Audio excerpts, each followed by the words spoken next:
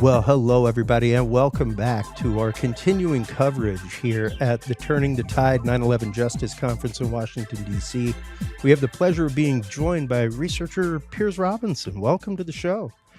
Thank you very much. It's good to be with you. Before we get started, let our audience know what you do in the world of 9/11 research and how you came to the world of 9/11 research to begin with, Piers. Sure. Well, I'm currently the research director and a board member of the International Center for 9/11 Justice, and I've been working with them for 2 years now. And primarily my role there is to facilitate research into various aspects of 9/11. I'm also co-editor of the Journal for 9/11 Studies with my co-editor, Kevin Ryan. Okay. And the purpose of that journal is to facilitate research and publication of detailed analyses of all aspects surrounding 9/11 and also linked events, global war on terror, COVID-19, looking at structural deep events, and essentially to try to facilitate high quality analysis, both scientific and then from the social sciences into questions around 9/11 and around, I guess, more broadly, state crimes against democracy is a way of thinking about what we look at. Yeah. And so that's my primary role. How I got here, in my background is I'm an academic. I worked for 20 years in the United Kingdom at University of Liverpool and in Manchester and Sheffield, where I was a full professor. And my academic background the field I worked in was international politics and communications. So I studied war and conflict and propaganda. Yeah. So it really overlapping the fields of political science, communication studies, international relations. And as part of that, I would look, historically normally at questions such as media impact on foreign policy formulation, media coverage of war, and so on. And, at a point around 2015, I started to become more aware that there were problems with 9/11. And at that point, I realized, well, this is going to be an interesting, tricky topic to broach with my colleagues. Yeah. Because, as we all know, academia is pretty constrained, well-disciplined. They don't ask those kind of really difficult questions. Thick and high walls in academia and science. Very thick and high walls that they stand on and behind. Indeed, indeed. So, I was aware from 2015-16 onwards what had gone on 9/11. I'd spent time looking at architects and engineers material and the work of other people. And it didn't take long to figure out, okay, we're looking at a false flag here. And so then for me as an academic in a university, and the universities I were in they're called Russell Group universities in the UK. It's the equivalent to the Ivy League in the US. Absolutely. So these are elite universities. And so I was thinking, well, how am I going to manage this? Because I can't play that game of saying, actually, this is off my subject area. I'm a chemist, for example. This has got nothing to do with what I do. My subject area is international politics, conflict and war. So I'm going to have to address this, and I can't ignore it. But I knew that if I start to engage it, this is going to cause me problems. Yeah. So by the time I become a full professor, that was the point at which I said to myself, well, do you know what? By the age of 50, I'm going to have to step out of the mainstream. And that will allow me to actually pursue more independent research and to look at 9/11, along with a lot of other sort of very controversial issues, which I've been involved in researching. Syria chemical weapons is one specific area which I've been involved in a lot of work on. Yeah. And so it was a recognition that I'd have to get out and get into an independent space. So that's what I did in 2019. And a couple of years ago, Ted Walter, who's the executive director at AC 911, asked me to join. And so I said yes. And that brought me fully into examining aspects of 9/11. And since then, of course, you were no longer teaching at the university, things like that. But since diverging onto this path, how do your fellows that you did research with and that you did work with the university or work with at the universities, how have they kindred to your work? Have they kindred to your work? Well, the interesting thing is, there's a parallel story here.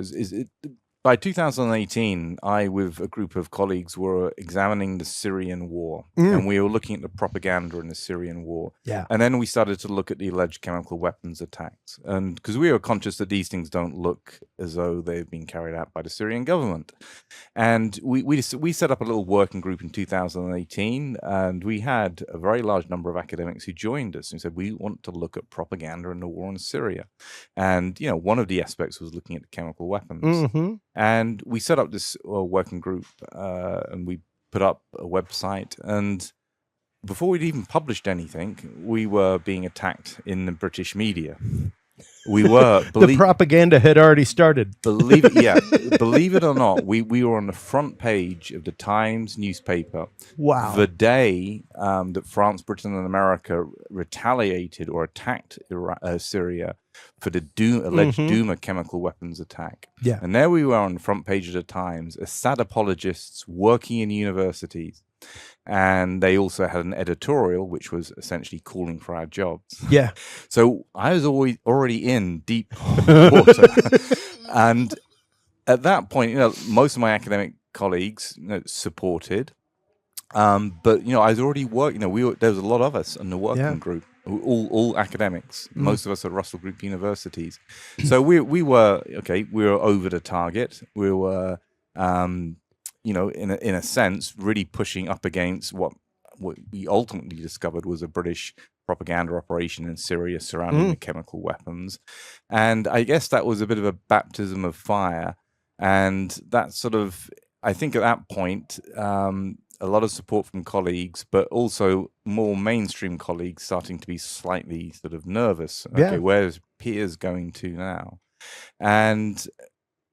But that was fine because we carried on. We persisted with our work and our research despite the media attacks which we were coming under. But at that point in 2019, I then decided I'm going to get out and I'm going to take the independent path. And since then, if you sort of combine it with COVID and everything which has come out of that in terms of awareness, there's quite a lot of us academics who are in this critical space now. Yeah.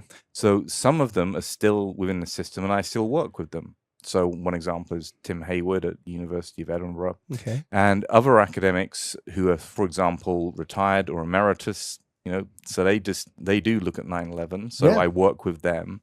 And, in a way, I've managed to balance. I still manage to work with quite a lot of people in the mainstream. I still publish in mainstream academic outlets. Fantastic. And so on. But I think more broadly, quite a few of people who I worked with in the past, who, for example, younger academics who I'd supported, it was interesting to see how they sort of turned the other way. But it's predictable because people don't want to lose their jobs. They don't want to be associated. So, and, as you said, academia. You can lose your letters, your grants. Very, very constrained. Everything. So in a way, you do lose friends, but I've always been impressed at the number of people who do still talk to me. And who have come along the journey, I'm sure. And who've come along the journey. And as I say, we're not small in number anymore. I mean, COVID was a good sort of process in this respect because with COVID, a huge raft of medical scientists have, realized that, wait a minute, there's a lot of propaganda. And academia is not as free and as unconstrained as it should be. That's right. So a lot of people, me and such as myself in the social sciences, were saying for a long time, sort of, the system's rigged, and so on. But people don't pay too much attention to social scientists. Well, but then when medical scientists started saying this with COVID, there's actually a very large number. So Jay Bhattacharya, for example, who's now an NIH director, these people became aware of corruption within our political systems, bias within the academy, and so on. So I think there's a lot of us now, and whilst I think I've lost some friends, so to speak, I've still got a lot of friends, and I think over time there's going to be a growing push by academics who want to be able to do their job. That was always my thing. So I wanted to do my job. But academics who want to do their job, that there will be a push for the creation of either improving the existing universities or developing new universities. And that's already underway. So, I'm optimistic on that front. And So lost friends, some friends have stayed, but there are more people coming into this space of recognizing 9/11, for example, JFK. That is almost becoming mainstream now. Well, and you know, the Syrian conflict that you're talking about, that's one of the things I bring up regularly as an example of propaganda, things like that, because that was directly tied to the Benghazi raid that happened. Like those gas weapons were actively traced back to the forward base in Benghazi, which is why the raid happened that killed our embassy person, who was actively an arms salesman on the side. And this is all data that most people haven't looked into. Most people, why does it matter? Is the famous quote from Hillary Clinton on the floor. Why does it even matter? It matters because we actively sold the weapons that caused the war that we went into. That's why it matters. Yeah. Exactly. And we let his death be the catalyst once again for us to put forth false information. Cy Hirsch, of course, his article, the Rat Line, the Red Line and the Rat Line, about the Ghouta 2013 and so on. And that was the first of the big alleged chemical attacks. And I mean, it was a dirty war. It was instigated by us. It is, of course, part of the 9/11 wars. It was on the list. Absolutely. With Wesley Clark. So absolutely. This is a direct consequence of what we've been seeing since 9/11 in terms of the aggressive projection of power. And right there in the Benghazi compound was where you have the famous picture of John McCain with ISIS, who were the people that we propped up to help get rid of Al Qaeda, who then, filled the vacuum of Al Qaeda. Like what always happens with the people that we train and finance. And it's fascinating to see those things and to see that, this is a paradigm that has been followed again and again and again in numerous, at least from Vietnam forward. For sure. Yep. I mean, in linking that with 9/11, it's Al Qaeda was always on our side. Well, and this is a creation as for we've us said to serve numerous our times, but it's interesting how when the war on terror started, and it was, I'll never forget, folks, the famous announcement of, we've got to create a shadow government. We need to create a shadow government that can be there just in case. And it's like, well, wait a minute. We already have a just in case plan. We have a continuity of government plan for a reason. What are you talking about? A shadow government that's going to make other decisions. It was really interesting to see kind of that softball pitch across the plate of this is just here with a bunch of other info that I'm talking about. And really seeing that come to light in cases like Benghazi and things like that. We're like, I and you used the F word a while ago, false flag. It's a word a lot of people don't like hearing because of its tie to things like Sandy Hook and Alex Jones, who used that in a very wrong aspect with that. But that doesn't mean it's a false term or that they don't exist. Feel free to look into the USS Maine, for sure, which took us into the Spanish-American War. It's a military tactic. That's right. And Gulf of Tonkin. And you go through history and you see it being used time and time again in order to mobilize populations, to get the blood boiling and to get a war starting. That's right. False flags. And the people who plan and instigate these false flags, I mean, I would imagine their perception on these things are that these are the necessary dark deeds. In order to protect the national interest and so on. And yes, it's very Machiavellian, but there you go. It's Machiavellian politics. Absolutely. And so that they see these things as sacrifices. The end justifies the means. The end justifies the means, and we have to sacrifice lives. And sometimes to get that population, to wake them up, to get them to go to war. To shake them awake. Exactly. Violently shake them awake. And they're willing to commit these crimes. In order to pursue what they see is these higher objectives. And that is a frightening reality that honestly, as we've talked with sociologists here, as we've talked with doctors, people like yourself, it's a reality that all too many people, it's so frightening that the comfort of it not being able to exist, or the idea of a conspiracy being too large for people to keep a secret, that's more comfortable than the actual hard fact of no, these things happen. Nobody wants to come to terms with the fact that their own government would commit crimes such as 9/11. Yeah. There's a great podcast or video by Frances Shure, and I think it's on A911, and she's a psychologist, and she talks about how, getting over this bump of recognizing false flags or state crimes against democracy, the problem is very similar to the problem that you see in families where there's abuse going on. Yes. Is that often the mother, for example, doesn't want to entertain the possibility, nor do the siblings, and so they basically black it out, and they and so on. And of course, the argument there is that, okay, so that's understandable in that situation, because they don't want to see that the father, the protector, is doing that kind of harm.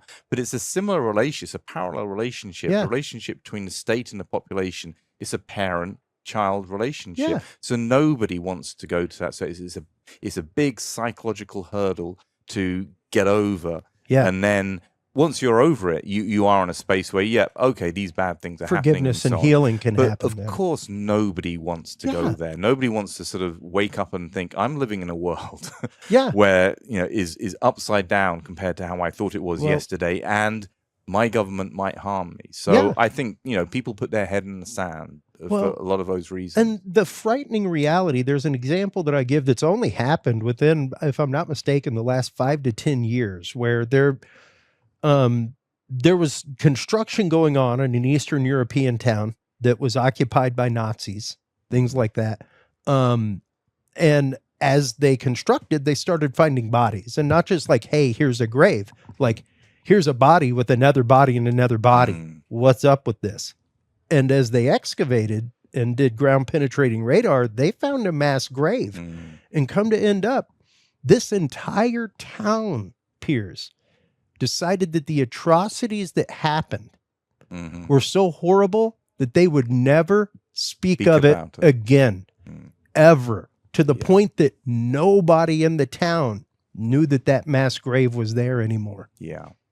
That's the point of denial, that an entire society can personally agree. Can we all agree that this is so horrifying that we will never tell our children that this happened here? On the ground that they live on. So you can understand how these things happen, and of course the people who instigate these false flags know that.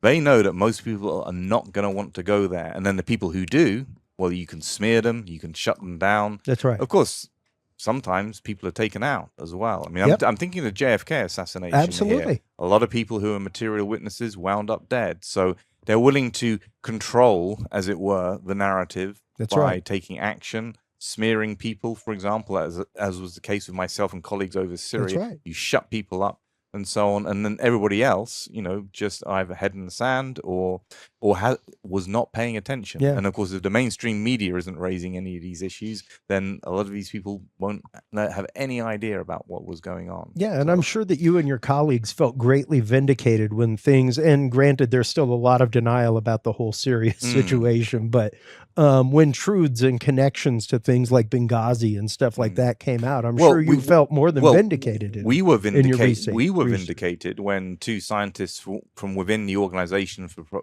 Prohibition of Chemical Weapons, who were investigating a Duma attack, basically there was an internal challenge to the investigation because it had been corrupted, and ultimately they became whistleblowers.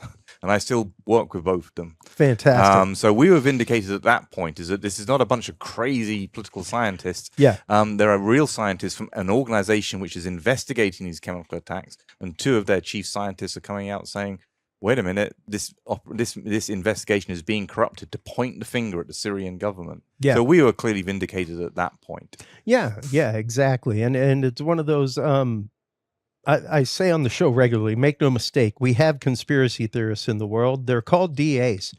Their job is to literally take a set of specific data, build a narrative, and take 12 people in a box down that road.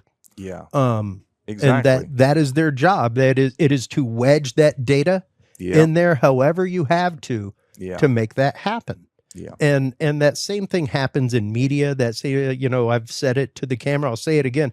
Feel free to look up Smith-Mundt Act 2012, and you will find numerous things. Just Google Smith-Mundt Act 2012, and you will find numerous articles from NAACP, all kinds of things where it's like, the Smith-Mundt Act, which was what prevented the U.S. government from giving propaganda to the news to disseminate, was stricken down. Yeah. And at the same time, people who were going to put out what the government said were put into place. Like, it was straight up Operation Mockingbird rebirthed. Yep. Like, they resuscitated it and gave Frankenstein life again. Yes. And it's frightening to see those things. It's frightening to see that in actual action. That is zero conspiracy theory. That is actual news articles, man. News articles, real things. But of course, I mean, in recent years, as somebody who studies propaganda, it's become increasingly obvious to a lot of people that there's that kind of propaganda going on in the West. Because, you know, historically, certainly mainstream academia, so propaganda is something which happens, you know, in Russia or China and so on. It doesn't happen around here. But we're in a different space now because a lot of people do recognize that they are being manipulated. They are being propagandized. And so... And so there is an awakening going on. It's been a slow, painful one. 9/11 slowly over time. Yeah. But the JFK is almost mainstream awareness now. So these things are opening up, and people are aware of this kind of manipulation, these kind of crimes which are going on, and it's greater than it has ever been, I think, in the history of our Western societies. Yep. So, you know, we are in that. You know, and it's a battle at the moment because they're working very, you know, the state and the authorities, or the deep state, or the military-industrial complex, whatever label you want to use, they're working extremely hard to try to sort of control the parameters of dissent. But I don't think they're being very successful. I think what we're seeing with 9/11 and essentially, you know, the acceleration and the spreading with people such as Tucker Carlson talking so openly about it. I think, you know, we're on the cusp of, you know, significant awareness, which will ultimately lead to political change. Absolutely. It'll be a fight, and they're going to work hard to shut us down. But you know, the scab's going to come off with the Band-Aid.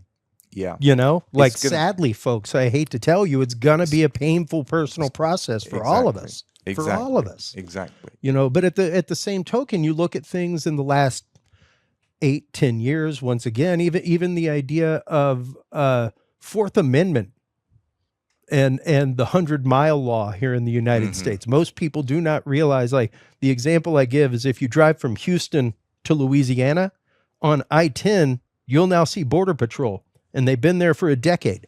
That is because there was a 100-mile rule put into place where anywhere within 100 miles of any port of entry, and that means if you are landlocked in the middle of the country, but there's an inbound airport with borders and customs control, you have zero Fourth Amendment rights within 100 miles of that spot. So yeah, your right to illegal search and seizure, habeas corpus, all of that is suspended within 100 miles of any port of entry to the United States. And that's fascinating. And very few people know about that. That is an actual law. It's out there. Feel free to look at the NAACP websites. It's interesting to see those kind of things being strategically put into place. Chess pieces on the board where it's like, because of this one overarching thing, we can now have PRISM, which Edward Snowden is now living abroad in hiding because of, where we showed the fact that the federal government was tapping every single phone, every single social media device. Even the idea, I talk about it regularly, In-Q-Tel, the financial arm of the CIA that looks into future-looking technologies, gave initial rounds of funding to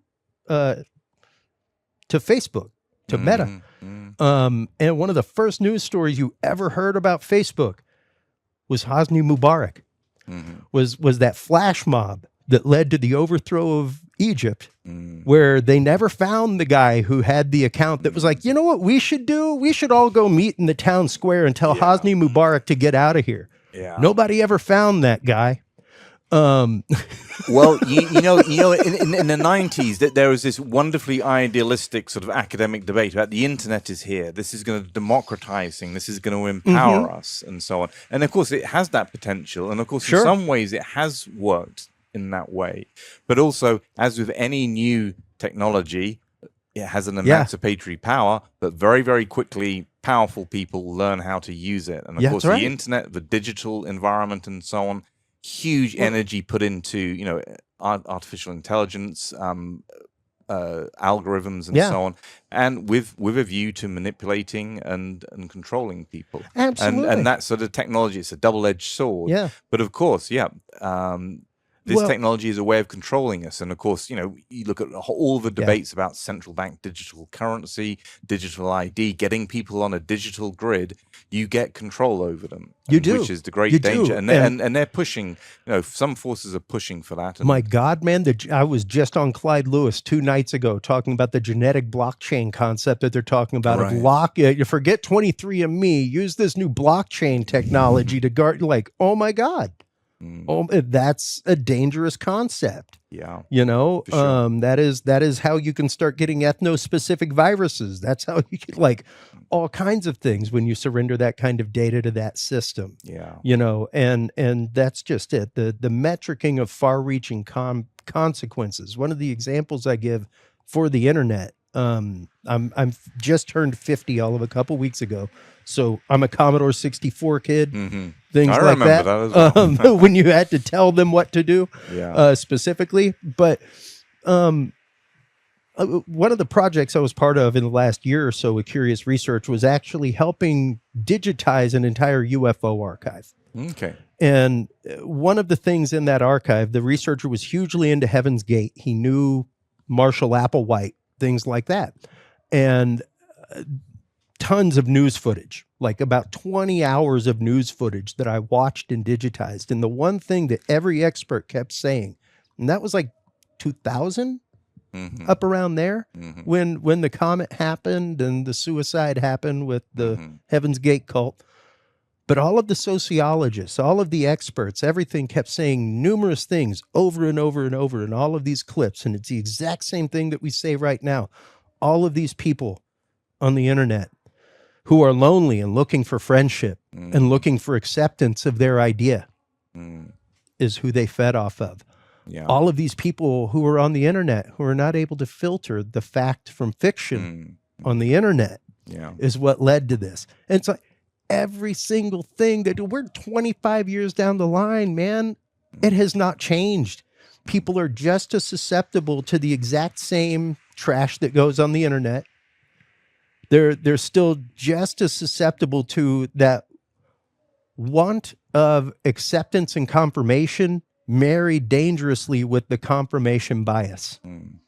You know? And societally, when you look at that, that's a precipice. That's somewhere where people, much like our two-party system, that's a lean-to. That's not a house. That'll blow left and right any time you want it to, which is exactly what it's used for. It's used as a didactic of control of the population look at what the blue people are doing. You don't want that, do you? Yeah. Look at what the red people are doing this 4 years. You don't want that, do you? That's just a fully didactic means of control by this system. Yeah. You know? But, ultimately, this technology, we're talking essentially about the digital environment, the digital grid and so on, is that, it does, for the people who want to manipulate it or use it for purposes of manipulation, I think they overestimate how much control it ultimately has, because people also live in the real world. They do. And this is one of the things which I observed during COVID-19 is that, there's a huge amount of propaganda, and they were using social media and so on. People dropping dead in China, for example, apparently from COVID and so on. So they were using for those purposes. But, ultimately, or very quickly with COVID, a large section of the population was saying, well, we don't buy this. And when they started to talk about everyone having to have an injection in relation to it and so on. And one of the reasons for that is that people also talk to each other. People go out and so on. People experience a real world. And I think that's why the propaganda around COVID, well, to a large extent, I know that it's a more complex picture than this, but to a large extent it failed. They did overreach because a lot of people became aware that, wait a minute, the hospitals aren't filling up. There aren't dead people on the street. Do I know anyone who has COVID or anyone who's died from it? Well, not really. So when they do propaganda in a war, people's only source of information is through the news and so on. They can't experience that war directly and so on. So there's a lot of power over people's mind. But with COVID, they were trying to get power over people's minds, telling them what's going on around them. And so, there's a limit to this. People will, engage in real world communication as well. And I know that I know, of course, we're living in a world where all the kids have got their smartphones and all the adults have got their smartphones and so on. But, a lot of people do have one foot in reality and are able to see outside of that. Yep. And I think ultimately, although this technology is very scary, and I think issues surrounding digital ID, central bank digital currency, and so on, all of that is very, very dangerous, and we need to push back against that.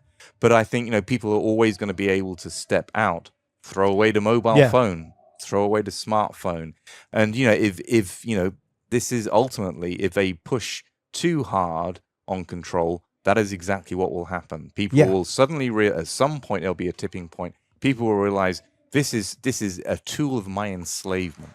Well, and they will throw it away. So it's not they are not omnipotent. They're not in a situation where they can use this technology to get total control. That's right. And we're all screwed, so to speak. And people will wake up to it if they push too hard. And again, to make the point again, people communicate outside of this space as well. That's right. It's a funny thing to say, but people still go to the park and play football where I live. People still go to pubs and bars to drink and talk with each other and so on. That's right. So, there is a real world and then there's a virtual world. Yeah.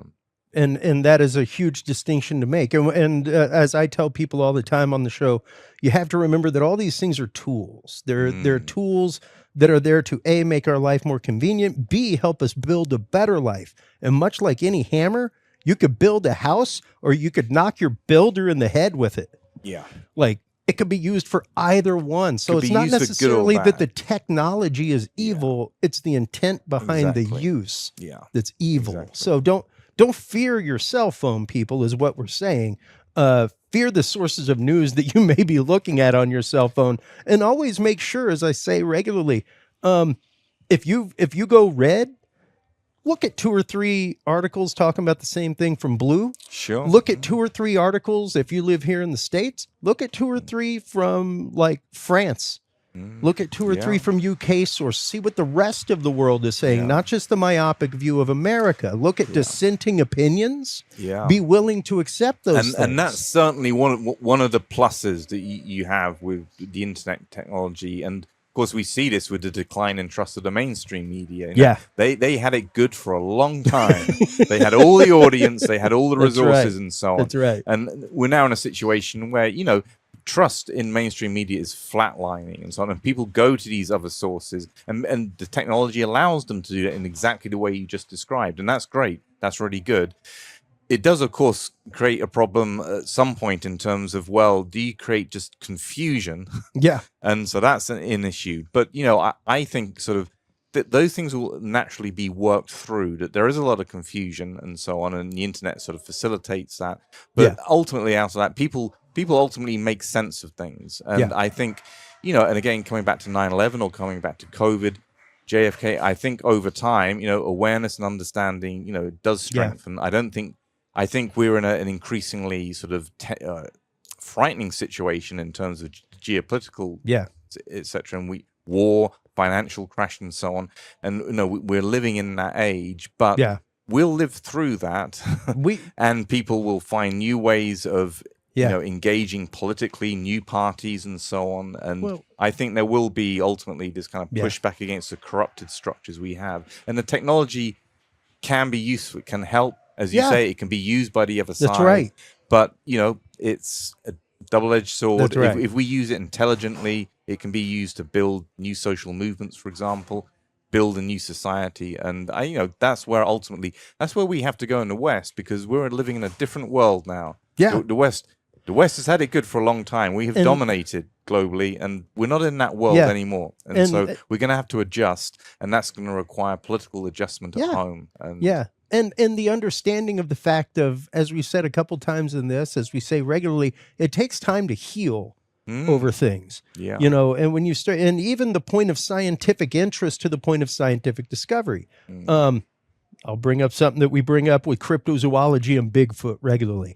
And that's the idea of when Anglos, because settlers and colonizers had heard from locals for years about the existence of the lowland gorilla. Once scientists and Anglos actively got interested, it took 80 years for us to find the lowland gorilla and prove it existed Mm-hmm. when these natives knew about it. But we were like, you're crazy. These are just stories. It took 80 years for us to find it from the point of interest. So it took a long time for people, like you said, almost 20 years for people to have any kind of legitimate thought that there may be other gunmen involved with Kennedy, and to accept the fact that, hey, this may be a thing. This may be a thing. And now we're coming to a point of much later down the line, people, a lot more people having an acceptance of that. Even the UFO UAP topic. At this point, people are at a totally different point than they were in 1967, 20 years after Roswell. So we are just now burgeoning on 24 years of 9/11.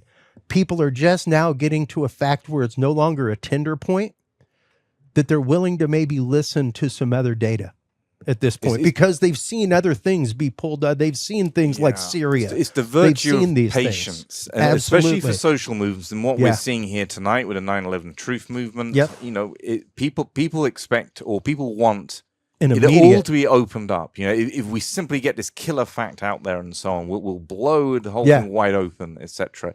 Actually, it takes time. it takes a lot of time. And social movements, you look at the suffragettes, civil That's rights, and right. so on. These That's things right. are long generational struggles. That's right. And, you know, we always, and of course, this is why people in protest movements, truth movements, you know, people get battle weary. Yeah, yeah. And so on, and demoralized. Jaded. And jaded. But, you know, we just have to be very patient, and we must recognize that, okay, what we're doing, maybe the fruits of our labor will not become apparent to a later generation. That's right. But who are we doing this for? The- We're not really not doing now. it for ourselves. We're No. doing it for our kids. That's right. And our grandchildren. That's right. And so on. And, you know, we do the right thing. You speak the truth as you see it.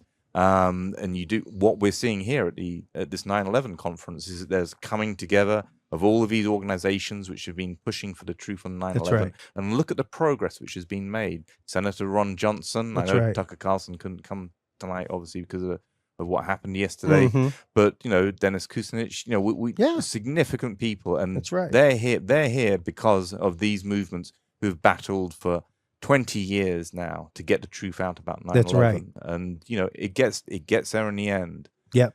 There's a great quote, truth is the daughter of time, not authority. Francis Bacon.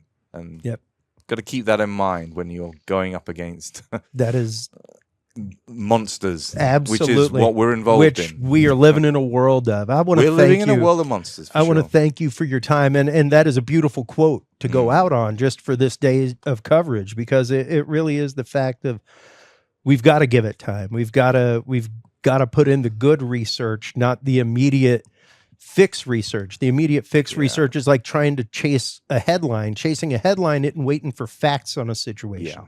You know, you may get the clicks, but you didn't get the facts is the problem. Yeah. So thank you so much for your time. I greatly appreciate it on this very, very busy conference. Let everybody know where they can go to find out more about your work, where they can go to get involved, Piers. For sure. I mean, as I say, International Center for 9/11 Justice website, Journal of 9/11 Studies. So a lot of material related to 9/11 there. I'm also editor of Propaganda and Focus, which has a wide range of articles on all things related to propaganda.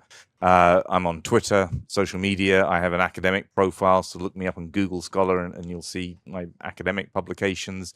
Quite a lot of those are available. Some are, of course, paywall behind academic journals, but quite a lot are available. So go to any of those places. But my Twitter handle actually has most of my sort of major links to organizations and so on. So people can go there and then pursue their interest from there. But the main one given today and why we're here today, International Center for 9/11 Justice, and then the Journal for 9/11 Studies. Absolutely. Thank you so much for your Okay. time. Once again, it's been more than a Good to pleasure. be with you. Absolutely. While you are online checking out all the amazing work of Piers Robinson, as well as the International Center for 9/11 Justice at ic911.org, everybody, make sure to stop on by as well.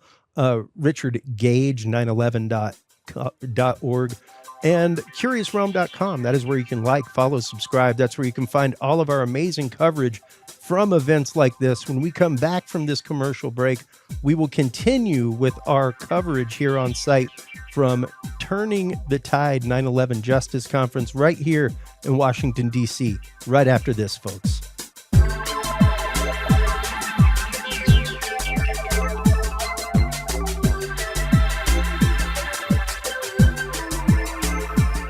The key to good science is good research. At the heart of good research is a good data set.